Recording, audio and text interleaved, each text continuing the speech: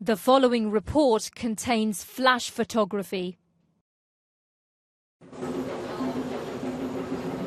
He's 65 today and celebrating not like most pensioners by giving up work, but instead by starting a new job, presiding over a meeting of the leaders of his mother's favourite club, the Commonwealth.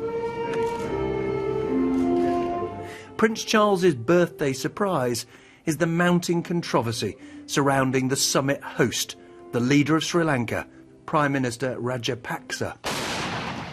His victory over the Tamil Tigers, who deployed terror to establish their own separate country on this island, came at what many regard as an unacceptable price. The United Nations estimates that at least 40,000 Tamils died, most civilians, not fighters, many shelled whilst sheltering in a government-designated safe zone. Before setting off for the region, the Prime Minister put aside his briefing papers to watch horrific images of the war's final, fateful days. The images in that film are completely chilling.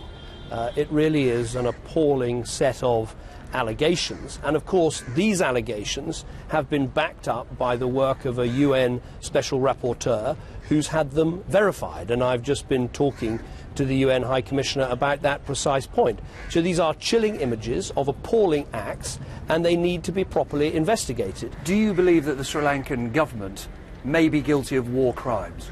Well, I think what is clear from that film is that there are legitimate accusations of war crimes that need to be properly investigated.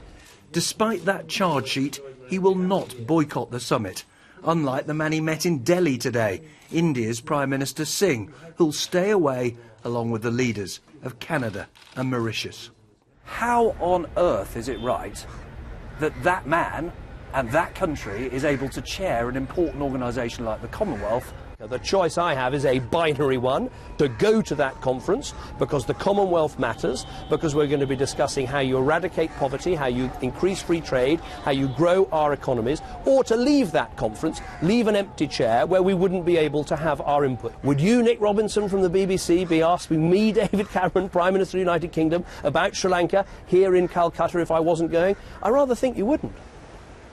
Tomorrow, David Cameron will become the first world leader to see for himself the scars, not just of the past, but of the present too. You can see the holes. He'll visit this Tamil newspaper, whose editor told the BBC last month he couldn't take the risk of saying who had destroyed his printing press. Then it will be time to sit down with the man whose government is alleged to carry out widespread and systematic human rights abuses, but remains defiant. If anyone who wants to complain about a human rights violation in Sri Lanka, whether it is torture, whether it is rape, whether it is... We have a system. You all must respect the system of a country. Tonight, the Prime Minister seemed determined to ignore a warm, traditional welcome to Sri Lanka, his face set for a difficult 24 hours ahead.